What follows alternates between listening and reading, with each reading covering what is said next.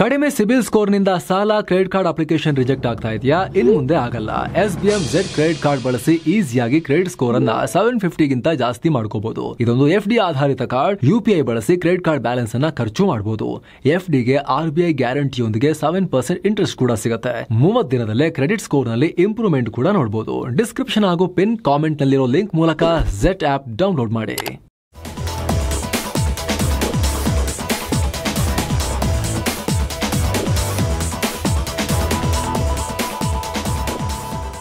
Hi friends, ಇದು mastmaga.com ನ international bulletin ಸುತ್ತು ಜಗತ್ತು. ನಾನು ಅಮರ್ ಪ್ರಸಾದ್. ಜಗತ್ತನ್ನು ಕಾಪಾಡ್ತೀನಿ, ಯುದ್ಧ ನಿಲ್ಲಿಸ್ಬಿಡ್ತೀನಿ ಅಂತ ಹಾರ್ತಾ ಕುಣಿತಾ ಇದ್ದ ಟ್ರಂಪ್ ಈಗ ಇಡೀ ಜಗತ್ತನ್ನೇ ಅಪಾಯಕ್ಕೆ ದೂಡೋ ಕೆಲಸ ಮಾಡಿದ್ದಾರೆ. ರಷ್ಯಾಗೆ ಪ್ರೆಷರ್ ಹಾಕ್ತೀನಿ, ಬೆದರಿಸ್ತೀನಿ ಅಂತ ಇತ್ತೀಚೆಗೆ ರಷ್ಯಾದ ಸಮೀಪಕ್ಕೆ 2 ನ್ಯೂಕ್ಲಿಯರ್ ಸಬ್ಮರೀನ್ ಅನ್ನ ಅವರು ಕಳಿಸ್ಕೊಟ್ಟಿದ್ರು. ಇದು ರಷ್ಯಾ ರೊಚ್ಚಿಗೇಳೋ ಕಾರಣ ಆಗಿತ್ತು. ರಷ್ಯಾ ಮತ್ತು ಅಮೆರಿಕ ನಡುವಿನ ಸಂಬಂಧವನ್ನ ಪೂರ್ತಿ ಕೊಲ್ಯಾಪ್ಸ್ ಮಾಡೋ ರೀತಿ ಮಾಡಿತ್ತು ಟ್ರಂಪ್ರ ಈ ಹೆಜ್ಜೆ. ರಷ್ಯಾ ಹತ್ರಕ್ಕೆ ನ್ಯೂಕ್ಲಿಯರ್ ಅಣ್ವಸ್ತ್ರದ ಸಬ್ಮರೀನ್ ಕಳಿಸೋ ನಿರ್ಧಾರ ಅಷ್ಟೇ ಅಲ್ಲ, ಜಗತ್ತಿಗೆ ಪರಮಾಣು ಯುದ್ಧದ ಬೆದರಿಕೆಯನ್ನ ಕೂಡ ಇದು ತಗೊಂಬರ್ತಾ ಇದೆ. ರಷ್ಯಾ ಅಮೆರಿಕ ಜೊತೆಗೆ ಮಾಡಿಕೊಂಡಿದ್ದ ಅತಿ ಪ್ರಮುಖ, ಅತ್ಯಂತ ಕ್ರೂಷಿಯಲ್ INF ಒಪ್ಪಂದ ಅದನ್ನ ಕ್ಯಾನ್ಸಲ್ ಮಾಡಿಕೊಂಡಿದೆ ರಷ್ಯಾ. ಈಗ ಅದರಿಂದ ಎಕ್ಸಿಟ್ ಆಗಿದೆ. ಇದು ಸಾಮಾನ್ಯ ಒಪ್ಪಂದ ಅಲ್ಲ. ಅಮೆರಿಕ ಮತ್ತು ರಷ್ಯಾ ನಡುವೆ ಅಣುಯುದ್ಧ ತಡಿಬೇಕು ಅಂತಲೇ ಇದನ್ನ ಶೀತಲ ಸಮರದ ಟೈಮ್ನಲ್ಲಿ ಮುಗಿತಾ 1988ರ ವೇಳೆಗೆ ಮಾಡಿಕೊಳ್ಳಲಾಗಿತ್ತು. ಇದರ ಅಡಿಯಲ್ಲಿ ಸಾಕಷ್ಟು ರೂಲ್ಸ್ ಫಾಲೋ ಮಾಡಬೇಕಾಗಿತ್ತು. ಇಬ್ಬರು ಪರಸ್ಪರ ಒಬ್ಬರನ್ನ ಗುರಿಯಾಗಿಸಿ ಭೂಮಿಯಿಂದ ಉಡಾಯಿಸಬಲ್ಲ ಮಿಸೈಲ್ ಟೆಸ್ಟ್ ಮಾಡುವ ಹಾಗಿರಲಿಲ್ಲ. ಕ್ರೂಸ್, ಬ್ಯಾಲಿಸ್ಟಿಕ್, ಯಾವುದೇ ರೀತಿಯ ಶಾರ್ಟ್ ರೇಂಜ್, ಲಾಂಗ್ ರೇಂಜ್ ಕ್ಷಿಪಣಿ ಪರೀಕ್ಷೆ, ಅಣ್ವಸ್ತ್ರ ಸಾಮರ್ಥ್ಯದ ಕ್ಷಿಪಣಿ ಪರೀಕ್ಷೆ ಮಾಡುವಂತಿರಲಿಲ್ಲ. ಜೊತೆಗೆ ಇಬ್ಬರು ತಮ್ಮ ಮಿಸೈಲ್ಗಳ ಬಗ್ಗೆ ಮಾಹಿತಿ ಕೊಡಬೇಕು. ಯಾವ್ಯಾವ ಮಿಸೈಲ್ಗೆ ಅಣ್ವಸ್ತ್ರವನ್ನು ಕಟ್ತಾ ಇದ್ದಾರೆ ಎಲ್ಲವನ್ನ ಟ್ರಾನ್ಸ್ಪರೆಂಟ್ ಆಗಿ ಒಬ್ರಿಗೊಬ್ರು ಹೇಳ್ಕೋಬೇಕು. ಜೊತೆಗೆ ನಿಷೇಧಕ್ಕೆ ಒಳಪಟ್ಟಿರೋ ಮಿಸೈಲ್ಗಳನ್ನು, ಅಂದರೆ ಡರ್ಟಿ ಬಾಂಬ್ ಹೊತ್ತೊಯ್ಯೋ ಥರದ ಮಿಸೈಲ್ಗಳನ್ನು ಇದರಲ್ಲಿ ಟೆಸ್ಟ್ ಮಾಡೋ ಹಾಗಿರಲಿಲ್ಲ. ಇಂಥ ಸಾಕಷ್ಟು ನಿರ್ಬಂಧಗಳನ್ನು ಅವ್ರಿಗೊಬ್ಬರೇ ಹಾಕ್ಕೊಂಡಿದ್ರು. ಈಗ ಇದರಿಂದ ರಷ್ಯಾ ಹೊರಬಂದಿದೆ. ಇತ್ತೀಚೆಗೆ ಟ್ರಂಪ್ ತೋರಿದ ದುಸ್ಸಾಹಸಕ್ಕೆ ಇದು ನಮ್ಮ ಉತ್ತರ ಅಂತ ಹೇಳಿದೆ. ಅಲ್ಲದೆ ಪಶ್ಚಿಮದ ಜಗತ್ತು ಪದೇ ಪದೇ ರಷ್ಯಾಗೆ ಬೆದರಿಕೆ ಒಡ್ತಾ ಇದ್ದಾರೆ. ಅವರು ಈ ಒಪ್ಪಂದದ ಲಾಭ ಪಡೆದು ವಿನಾಶಕಾರಿ ಮಿಸೈಲ್ಗಳನ್ನು ಡೆವಲಪ್ ಮಾಡ್ತಿದ್ದಾರೆ. ಹೀಗಾಗಿ ನಾವು ಈ ಡೈರೆಕ್ಟ್ ಥ್ರೆಟ್ಗೆ ಉತ್ತರ ಕೊಡ್ತಾ ಇದ್ದೀವಿ ಅಂತ ಹೇಳಿದೆ. ಅಲ್ಲದೆ ಪುಟಿನ್ರ ಶಿಷ್ಯ ಡಿಮಿಟ್ರಿ ಮೆಡ್ವೆಡೇವ್ ಈಗ ನಮ್ಮ ಎಲ್ಲ ವಿರೋಧಿಗಳು ಈ ಹೊಸ ರಿಯಾಲಿಟಿ ನೋಡ್ತಾ ಇದ್ದಾರೆ, ಇನ್ನು ಮುಂದೆ ಕಾದಿದೆ ನೋಡಿ, ಏನಾಗುತ್ತೆ ನೋಡಿ, ಕಾಯ್ತಾ ಇರಿ ಅಂತ ಹೇಳಿದ್ದಾರೆ. ಈ ಮೂಲಕ ರಷ್ಯಾ ಮತ್ತು ಅಮೆರಿಕ ನಡುವೆ ಇದ್ದ ದೊಡ್ಡ ಒಪ್ಪಂದಕ್ಕೆ ಈಗ ಟ್ರಂಪ್ ಕೊನೆ ಮೊಳೆಯನ್ನ ಹೊಡೆದಿದ್ದಾರೆ ತಮ್ಮ ಈ ದುರ್ವರ್ತನೆ ಮೂಲಕ. ರಷ್ಯಾ ಹತ್ರಕ್ಕೆ ನ್ಯೂಕ್ಲಿಯರ್ ಸಬ್ಮರೀನ್ ಕಳಿಸೋ ನಿರ್ಧಾರದ ಮೂಲಕ 2019ರಲ್ಲಿ ರಷ್ಯಾ ಒಪ್ಪಂದಕ್ಕೆ ಅನುಗುಣವಾಗಿ ನಡ್ಕೋತಿಲ್ಲ ಅಂತ ಹೇಳಿದ್ರು. ಅಲ್ಲದೆ ಇದರಿಂದ ಹೊರ ಬರ್ತೀವಿ ಅಂತ ಅನೌನ್ಸ್ ಕೂಡ ಮಾಡಿದ್ರು. ಆದ್ರೆ ಆ ಟೈಮ್ನಲ್ಲಿ ಪುಟಿನ್ ಯಾವುದೇ ನಿರ್ಧಾರ ಮಾಡಿರಲಿಲ್ಲ. ಯಾಕಂದ್ರೆ ಇದು ಟ್ರಂಪ್ ಮತ್ತು ಪುಟಿನ್ ನಡುವಿನ ವ್ಯವಹಾರ ಅಲ್ಲ, ಇಡೀ ಜಗತ್ತನ್ನೇ ನಾಶ ಮಾಡಬಲ್ಲ 2 ದೊಡ್ಡ ಶಕ್ತಿಗಳ ನಡುವಿನ ಅಣ್ವಸ್ತ್ರಕ್ಕೆ ಸಂಬಂಧಪಟ್ಟ ವ್ಯವಹಾರ. ಹೀಗಾಗಿ ರಷ್ಯಾ ಸ್ವಲ್ಪ ಜವಾಬ್ದಾರಿಯುತವಾಗಿ ಆಗ ನಡ್ಕೊಂಡಿತ್ತು. ಆದ್ರೆ ಈಗ ಟ್ರಂಪ್ ಯಾವಾಗ ಅಣ್ವಸ್ತ್ರ ಸಬ್ಮರೀನ್ ಅನ್ನ ರಷ್ಯಾ ಪಕ್ಕಕ್ಕೆ ತಗೊಂಡೋಗಿ ನಿಲ್ಲಿಸಿದ್ರು, ಅದನ್ನ ಅನೌನ್ಸ್ ಕೂಡ ಮಾಡಿದ್ರು, ಅದಕ್ಕೆ ಪುಟಿನ್ ಕೂಡ ಈಗ ರೊಚ್ಚಿಗೆದ್ದಿದ್ದಾರೆ. ನಾವು ಬೇರೆ ರಾಷ್ಟ್ರಗಳ ತರ ನಿಮ್ಮ ಗುಲಾಮರಲ್ಲ, ಇರಾನಿಗೆ ಬೆದರಿಕೆ ಹಾಕೋ ತರ ನಮ್ಮ ಹತ್ರ ಮಾತಾಡಕ್ಕೆ ಬರಬೇಡಿ ಅಂತ ರಷ್ಯಾ ಹೇಳಿತ್ತು. ಈಗ ಒಪ್ಪಂದದಿಂದಲೇ ಎಕ್ಸಿಟ್ ಆಗಿದೆ. ಹೀಗಾಗಿ ಮುಂದೆ ಇಬ್ರು ಪರಸ್ಪರ ಮಿಸೈಲ್ ಪರೀಕ್ಷೆ ಮಾಡೋ ಆತಂಕ ಹೆಚ್ಚಾಗಿದೆ. ಇನ್ನೊಂದ್ ಕಡೆ ರಷ್ಯಾ ಟ್ರಂಪ್ ನಡೆಗೆ ಖಾರವಾಗಿ ಪ್ರತಿಕ್ರಿಯೆ ಕೊಟ್ಟಿದೆ.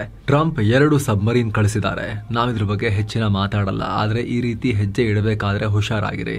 ನಮ್ಮ ವಿದೇಶಾಂಗ ನೀತಿಯನ್ನ ಯಾರೋ ಫಾರಿನ್ ಅಧಿಕಾರಿಗಳು ಡಿಸೈಡ್ ಮಾಡೋಕ್ಕಾಗಲ್ಲ, ಅದನ್ನು ನಮ್ಮ ಪ್ರೆಸಿಡೆಂಟ್ ಪುಟಿನ್ ನಿರ್ಧಾರ ಮಾಡ್ತಾರೆ ಅಂತ ರಷ್ಯನ್ಸ್ ಹೇಳಿದ್ರು. ಆ ಮೂಲಕ ಯಾವುದೇ ರೀತಿಯ ಎಸ್ಕಲೇಷನ್ಗೂ ನಾವು ಸಿದ್ಧ ಅಂತ ರಷ್ಯಾ ಹೇಳಿತ್ತು. ಇದರ ನಡುವೆ ಈ ಬೆಳವಣಿಗೆಗಳಾಗ್ತಾ ಇದೆ. ರಷ್ಯಾ ನೇರ ಎಚ್ಚರಿಕೆ ಕೊಟ್ಟಿದೆ. ನ್ಯೂಕ್ಲಿಯರ್ ಬ್ಲ್ಯಾಕ್ ಮೇಲ್ ಮಾಡೋಕ್ಕಿಂತ ಮುಂಚೆ ಅದರ ಪರಿಣಾಮದ ಬಗ್ಗೆ ಹುಷಾರಾಗಿರಿ ಅಂತ ರಷ್ಯಾ ಅಮೆರಿಕಾಗೆ ಹೇಳಿದೆ. ರಷ್ಯಾದಿಂದ ತೈಲ ಖರೀದಿ ಮಾಡಬೇಡಿ, ಮಾಡಿದ್ರೆ ಚೆನ್ನಾಗಿರಲ್ಲ ಅಂತ ಬೀದಿ ಗೂಂಡಾ ತರ ಧಮಕಿ ಹಾಕ್ತಿರೋ ಅಮೆರಿಕ ಅಧ್ಯಕ್ಷ ಟ್ರಂಪ್ ವಿರುದ್ಧ ಭಾರತ ಸೆಟೆದು ನಿಂತಿದೆ. ಈ ಸಲ ಸರ್ಕಾರ ಮಾತ್ರ ಅಲ್ಲ, ನಮ್ಮ ಸೇನೆ ಕೂಡ ಅಮೆರಿಕಾಗೆ ಚಾಟಿ ಬೀಸಿದೆ. ಇತ್ತೀಚೆಗಷ್ಟೇ ರಷ್ಯಾದಿಂದ ತೈಲ ಖರೀದಿ ಮಾಡಿದ್ರೆ ಟ್ಯಾರಿಫ್ ಜಾಸ್ತಿ ಮಾಡಬೇಕಾಗತ್ತೆ, ಯುದ್ಧಕ್ಕೆ ಫಂಡ್ ಮಾಡ್ತಿದ್ದೀರಾ ಅಂತ ಟ್ರಂಪ್ ಬೆದರಿಕೆ ಹಾಕಿದ್ರು. ಈಗ ಇದಕ್ಕೆ ಭಾರತ ಅಧಿಕೃತವಾಗಿ ತಿರುಗೇಟು ಕೊಟ್ಟಿದೆ. ಯುರೋಪಿಯನ್ ಒಕ್ಕೂಟ ಮತ್ತು ಅಮೆರಿಕದ ಡಬಲ್ ಸ್ಟ್ಯಾಂಡರ್ಡ್ನ ಪ್ರಶ್ನೆ ಮಾಡಿದೆ. ಭಾರತವನ್ನ ಈ ರೀತಿ ಟಾರ್ಗೆಟ್ ಮಾಡೋದು ಸರಿಯಲ್ಲ, ಭಾರತ ತನಗೆ ಏನು ಬೇಕೋ ಅದನ್ನ ಮಾಡುತ್ತೆ ಅಂತ ವಿದೇಶಾಂಗ ಸಚಿವಾಲಯ ಕ್ಲಿಯರ್ ಆಗಿ ಮುಖಕ್ಕೆ ಹೊಡೆದಂಗೆ ಹೇಳಿದೆ ಟ್ರಂಪ್ಗೆ. ಈ ಬಗ್ಗೆ ಸುದೀರ್ಘ ಪತ್ರ ಬರೆದಿದೆ. ಅದರಲ್ಲಿ ಯುಕ್ರೇನ್ ಯುದ್ಧ ಶುರುವಾದಾಗ ಯುರೋಪ್ ರಾಷ್ಟ್ರಗಳಲ್ಲಿ ತೈಲದ ಅಗತ್ಯ ಜಾಸ್ತಿ ಆಯಿತು. ಹೀಗಾಗಿ ಭಾರತಕ್ಕೆ ತೈಲ ಮಾರಾಟ ಮಾಡ್ತಿದ್ದ ಬಹುತೇಕ ರಾಷ್ಟ್ರಗಳು ಯುರೋಪ್ ಕಡೆಗೆ ಮುಖ ಮಾಡಿ ಅಲ್ಲಿ ತೈಲ ಮಾರೋಕೆ ಮುಂದಾದವು. ಪರಿಣಾಮ ಭಾರತ ರಷ್ಯಾದಿಂದ ತೈಲವನ್ನು ಖರೀದಿ ಮಾಡೋಕೆ ಶುರು ಮಾಡಿತು. ಆಗ ಭಾರತದ ಈ ನಿರ್ಧಾರಕ್ಕೆ ಅಮೆರಿಕ ಕೂಡ, ಅಂದರೆ ಬೈಡೆನ್ ಆಡಳಿತ ಕೂಡ ಸಪೋರ್ಟ್ ಮಾಡಿತ್ತು. ಯಾಕಂದರೆ ನಾವು ಈ ರೀತಿ ಮಾಡಿದ್ರಿಂದಲೇ ಜಾಗತಿಕ ತೈಲ ಮಾರುಕಟ್ಟೆಯಲ್ಲಿ ಶಾರ್ಟೇಜ್ ಆಗಿ ಬೆಲೆ ಏರಿಕೆ ಆಗದಿರೋಕೆ, ಸ್ಥಿರವಾಗಿರೋಕೆ ಸಾಧ್ಯ ಆಯಿತು. ಭಾರತೀಯರಿಗೆ ಒಳ್ಳೆ ರೇಟಲ್ಲಿ ತೈಲ ಸಿಗಲಿ ಅನ್ನೋ ಕಾರಣಕ್ಕೆ ನಾವು ರಷ್ಯಾದಿಂದ ತರಿಸ್ಕೊಳ್ತಿದ್ದೀವಿ. ಜಾಗತಿಕ ತೈಲ ಮಾರುಕಟ್ಟೆಯ ಪರಿಸ್ಥಿತಿ ನೋಡಿದ್ರೆ ನಾವು ಈ ರೀತಿ ಮಾಡೋದು ಅಗತ್ಯ. ಆದರೆ ಭಾರತ ರಷ್ಯಾದಿಂದ ತೈಲ ಖರೀದಿ ಮಾಡ್ತಿದೆ ಅಂತ ಟೀಕೆ ಮಾಡೋ ರಾಷ್ಟ್ರಗಳು ಅಮೆರಿಕ ಮತ್ತು ಅಮೆರಿಕದ ಯುರೋಪಿಯನ್ ಚಡ್ಡಿ ದೋಸ್ತುಗಳು, ಯುರೋಪಿಯನ್ ಮಿತ್ರರು, ಅವರು ಕೂಡ ಕದ್ದು ಮುಚ್ಚಿ ರಷ್ಯಾ ಜೊತೆಗೆ ವ್ಯಾಪಾರ ಮಾಡ್ತಿದ್ದಾರೆ. ಭಾರತದ ಕೇಸ್ನಲ್ಲಿ ರಷ್ಯಾ ಜೊತೆ ತೈಲ ವ್ಯಾಪಾರ ಮಾಡೋದು ನಮ್ಮ ರಾಷ್ಟ್ರೀಯ ಇಂಧನ ಭದ್ರತೆಗೆ ಅಗತ್ಯ. ಆದರೆ ಬೇರೆ ರಾಷ್ಟ್ರಗಳು ಹಾಗಲ್ಲ, ತಮಗೆ ಅಗತ್ಯ ಇಲ್ಲ ಅಂದ್ರೂ ಕೂಡ ರಷ್ಯಾದಿಂದ ತೈಲ ಖರೀದಿ ಮಾಡ್ತಿದ್ದಾರೆ ಅಂತ ಅಮೆರಿಕ ಮತ್ತು ಯುರೋಪಿಯನ್ ಒಕ್ಕೂಟವನ್ನು ಜಗತ್ತಿನ ಮುಂದೆ ಬೆತ್ತಲು ಮಾಡಿದೆ ಭಾರತ. ಅಷ್ಟೇ ಅಲ್ಲ, ಈ ರೀತಿಯ ಆರಂಭದಲ್ಲಿ ಕ್ರಿಪ್ಟಿಕ್ ಆಗಿ ಬರೋದು, ನಂತರ ನೇರವಾಗಿ ಅಮೆರಿಕ ಮತ್ತು ಮಿತ್ರರನ್ನ ಕಿಚಾಯಿಸಿದ್ದಾರೆ. ಅಷ್ಟು ಮಾತ್ರ ಅಲ್ಲ, ಅಮೆರಿಕದ ಈ ಡಬಲ್ ಗೇಮ್ಗೆ ನಮ್ಮ ಸೇನೆ ಕೂಡ ತಿರುಗೇಟು ಕೊಟ್ಟಿದೆ. ರಷ್ಯಾದಿಂದ ತೈಲ ಖರೀದಿ ಮಾಡಿ ಭಾರತ ಪುಟಿನ್ರ ಜೇಬನ್ನು ತುಂಬಿಸ್ತಾ ಇದೆ, ಯುಕ್ರೇನ್ ಯುದ್ಧಕ್ಕೆ ಸಹಾಯ ಮಾಡ್ತಾ ಇದೆ ಅಂತ ಟ್ರಂಪ್ ಹೇಳಿದ್ರಲ್ಲ. ಈಗ ನಮ್ಮ ಸೇನೆ ಹಳೆ ಪೇಪರ್ ಕ್ಲಿಪ್ ಒಂದನ್ನು ಹಾಕಿದೆ. ಆಗಸ್ಟ್ 5, 1971 ಹಳೆ ನ್ಯೂಸ್ ಪೇಪರ್ ಕಟ್ಟಿಂಗ್ ಅನ್ನ ಸೇನೆ ಪೋಸ್ಟ್ ಮಾಡಿದೆ. 1971 ಗೊತ್ತಲ್ಲ, ಪಾಕಿಸ್ತಾನದೊಂದಿಗೆ ಭಾರತ ಬಾಂಗ್ಲಾಗೆ ಸ್ವಾತಂತ್ರ್ಯ ಕೊಡಿಸೋಕೆ ಯುದ್ಧ ಮಾಡ್ತಾ ಇತ್ತು ಆ ಟೈಮ್ದು. ಅದರಲ್ಲಿ ಆ ಯುದ್ಧದ ವೇಳೆ ಹೇಗೆ ಅಮೆರಿಕ ಪಾಕಿಸ್ತಾನಕ್ಕೆ ಸಪೋರ್ಟ್ ಮಾಡ್ತಾ ಇತ್ತು ಅಂತ ವಿವರಿಸಲಾಗಿದೆ. ಆ ಆರ್ಟಿಕಲ್ನ ಹೆಡ್ಲೈನ್ನಲ್ಲೇ 1954ನಿಂದ ಅಮೆರಿಕ ಸುಮಾರು $2 ಬಿಲಿಯನ್ ಮೌಲ್ಯದ ಶಸ್ತ್ರಾಸ್ತ್ರಗಳನ್ನು ಪಾಕಿಸ್ತಾನಕ್ಕೆ ಕಳಿಸಿತ್ತು ಅಂತ ಇದೆ. ಅದನ್ನು ಶೇರ್ ಮಾಡಿರೋ ಭಾರತೀಯ ಸೇನೆ, this day that year buildup of war August 5, 1971 ಅನ್ನೋ ಕ್ಯಾಪ್ಷನ್ ಹಾಕಿದೆ. ಅಂದರೆ ಇದೇ ದಿನ ಆ ವರ್ಷ ಏನಾಗಿತ್ತು ನೋಡಿ ಅಂತ ಹೇಳಿ ಅಮೆರಿಕಾಗೆ ಸರಿಯಾಗಿ ಬಾಸುಂಡೆ ಕೊಟ್ಟಿದೆ. ನಮ್ಮ ವಿರುದ್ಧ ಯುದ್ಧಕ್ಕೆ ನೀವು ಪಾಕಿಸ್ತಾನಕ್ಕೆ ಸಪೋರ್ಟ್ ಮಾಡ್ತೀರಾ, ನಿಮಗೇನು ನೈತಿಕತೆ ಇದೆ ಅಂತ ಹೇಳಿ ನಮ್ಮ ಸೇನೆ ಕೂಡ ಕೇಳಿದೆ.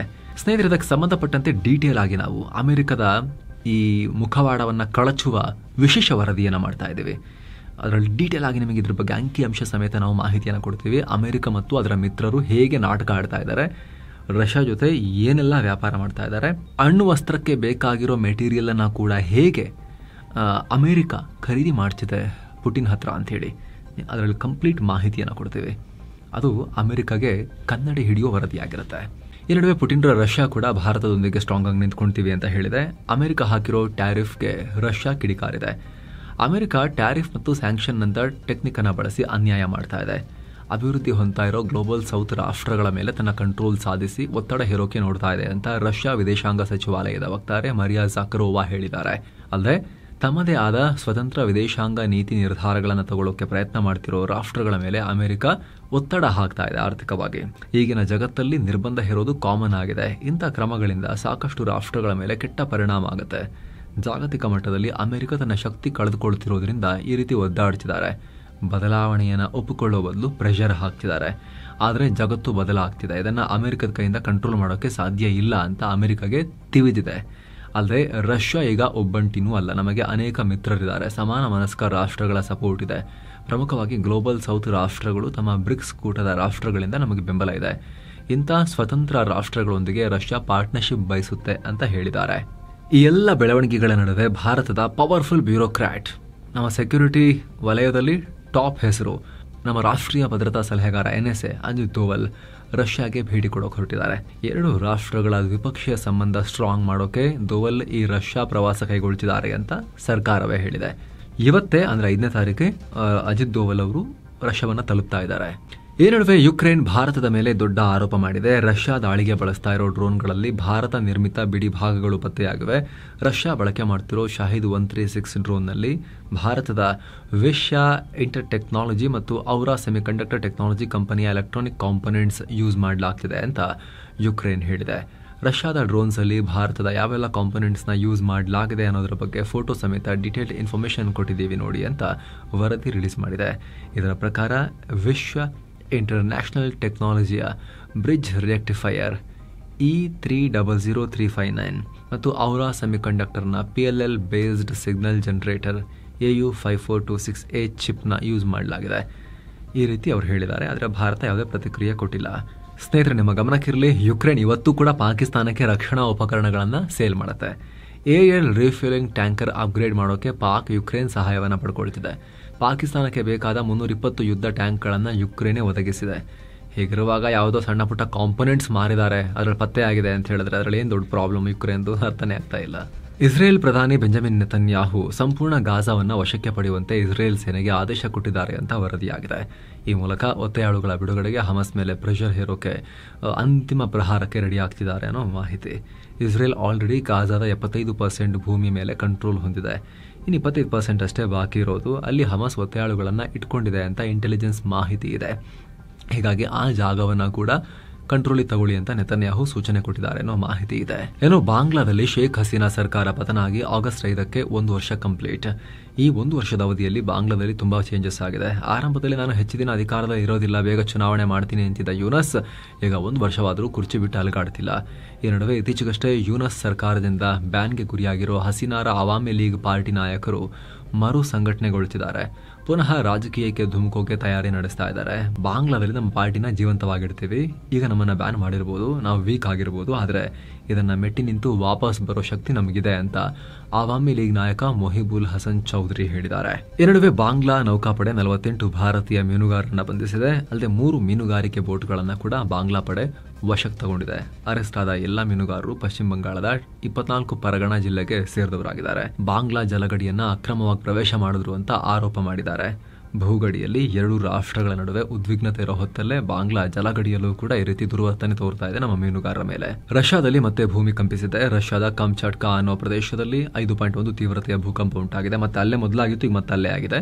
ಕಂಪನದ ಕೇಂದ್ರ ಬಿಂದು ಭೂಮೇಲ್ಮೈನಿಂದ 25 ಕಿಲೋಮೀಟರ್ ಆಳದಲ್ಲಿ ಪತ್ತೆಯಾಗಿದೆ. ಜುಲೈ 31ನೇ ತಾರೀಕು ರಷ್ಯಾದ ಇದೇ ಪ್ರದೇಶದಲ್ಲಿ 8.8 ತೀವ್ರತೆಯ ಹೆವಿ ದೊಡ್ಡ ಭೂಕಂಪ ಆಗಿತ್ತು. ಪೆಸಿಫಿಕ್ ಭಾಗದ ರಾಷ್ಟ್ರಗಳಲ್ಲಿ ಭಾರಿ ಆತಂಕ ಉಂಟಾಗಿತ್ತು. ಕೆಲ ಕಡೆ ಸಣ್ಣ ಪುಟ್ಟ, ಕೆಲ ಕಡೆ ದೊಡ್ಡದು, ಈ ರೀತಿ ಸುನಾಮಿ ಕೂಡ ಅಪ್ಪಳಿಸಿತ್ತು. ಪುನಃ ಇಲ್ಲೇ ಜ್ವಾಲಾಮುಖಿ ಕೂಡ ಸ್ಫೋಟಗೊಂಡಿತ್ತು. ಮತ್ತೆ 7.1 ತೀವ್ರತೆಯ ಭೂಕಂಪ ಕೂಡ ಆಗಿತ್ತು. ಈಗ ಪುನಃ ಇದೇ ಜಾಗದಲ್ಲಿ ಭೂಕಂಪ ಆಗಿದೆ. ಇನ್ನು ಜುಲೈ 31ನೇ ತಾರೀಕು ಉಂಟಾದ ಭೂಕಂಪನದಿಂದ ರಷ್ಯಾದ ರೈಬಾಚಿ ನ್ಯೂಕ್ಲಿಯರ್ ಸಬ್ಮರೀನ್ ಬೇಸ್ಗೆ ಹಾನಿಯಾಗಿರೋದು ಸ್ಯಾಟಲೈಟ್ ಇಮೇಜಸ್ನಿಂದ ಬಹಿರಂಗ ಆಗಿದೆ. ಬೇಸ್ನ ಫ್ಲೋಟಿಂಗ್ ಪಿಯರ್ ಅಂದರೆ ಸಬ್ಮರೀನ್ ಅಥವಾ ಶಿಪ್ನ ಡಾಕ್ ಮಾಡೋ ಸ್ಟ್ರಕ್ಚರ್ ಮುರಿದು ಹೋಗಿದೆ ಅನ್ನೋ ಮಾಹಿತಿ ಈಗ ಬರ್ತಾ ಇದೆ. ಮತ್ತೊಂದು ಕಡೆ ಅಮೆರಿಕದಲ್ಲಿ ಟ್ರಂಪ್ ವಿರುದ್ಧ ಅಸಮಾಧಾನ ಶುರುವಾಗಿದೆ. ಕ್ಯಾಲಿಫೋರ್ನಿಯಾ ಟ್ರಂಪ್ ವಿರುದ್ಧ 37 ಮೊಕದ್ದಮೆಗಳನ್ನು ದಾಖಲಿಸಿದೆ ಅಂತ ಅಲ್ಲಿನ ಗವರ್ನರ್ ಗ್ಯಾವಿನ್ ನ್ಯೂಸಮ್ ಹೇಳಿದ್ದಾರೆ. ನಾವು ಮೊದಲ ಮತ್ತು ಕೊನೆಯ ಲೈನ್ನ ಡಿಫೆನ್ಸ್ ನಲ್ಲಿದ್ದೀವಿ. ಟ್ರಂಪ್ ಪ್ರಜಾಪ್ರಭುತ್ವಕ್ಕೆ ಬೆಂಕಿ ಹಾಕ್ತಿರೋದ್ರ ಬಗ್ಗೆ ಅವ್ರಿಗೇನು ಇದೇ ಇಲ್ಲ, ಕೇರೇ ಇಲ್ಲ. ಅವರಿಗೆ ಬೇಕಾದ ಹಾಗೆ ಕಾನೂನು ಚೇಂಜ್ ಮಾಡಿಕೊಂಡು ಬೇಕಾದನ್ನ ಮಾಡ್ತಾ ಇದ್ದಾರೆ ಅಂತ ಗ್ಯಾವಿನ್ ನ್ಯೂಸಮ್ ಹೇಳಿದ್ದಾರೆ. ಅಲ್ಲದೆ ಟ್ರಂಪ್ ಅಮೆರಿಕನ್ನರ ಹಕ್ಕುಗಳ ಮೇಲೆ ದಾಳಿ ಮಾಡ್ತಿದ್ದಾರೆ, ಇದಕ್ಕೆ ಕ್ಯಾಲಿಫೋರ್ನಿಯಾ ಸಪೋರ್ಟ್ ಮಾಡಲ್ಲ ಅಂತ ನ್ಯೂಸಮ್ ಬೆಂಕಿ ಕಾರಿದ್ದಾರೆ. ಇನ್ನು ಪರಿಸರ, ವಲಸೆ, ಪಬ್ಲಿಕ್ ಹೆಲ್ತ್, ಚುನಾವಣಾ ಹಕ್ಕು ಸೇರಿ ಹಲವು ವಿಚಾರದಲ್ಲಿ ಟ್ರಂಪ್ ಕೈಗೊಂಡ ಕ್ರಮಗಳನ್ನು ಪ್ರಶ್ನಿಸಿ ಕೇಸ್ ಮೇಲೆ ಕೇಸ್ ಹಾಕ್ತಿದ್ದಾರೆ ಇವರು. ಸೊ ಫ್ರೆಂಡ್ಸ್, ಇದಾಗಿತ್ತು ಇವತ್ತಿನ ಜಗತ್ತಿನ ಸುತ್ತಾಟ. ಮತ್ತೆ ಭೇಟಿ ಆಗ್ತಿರೋಣ. ನಮಸ್ತೆ.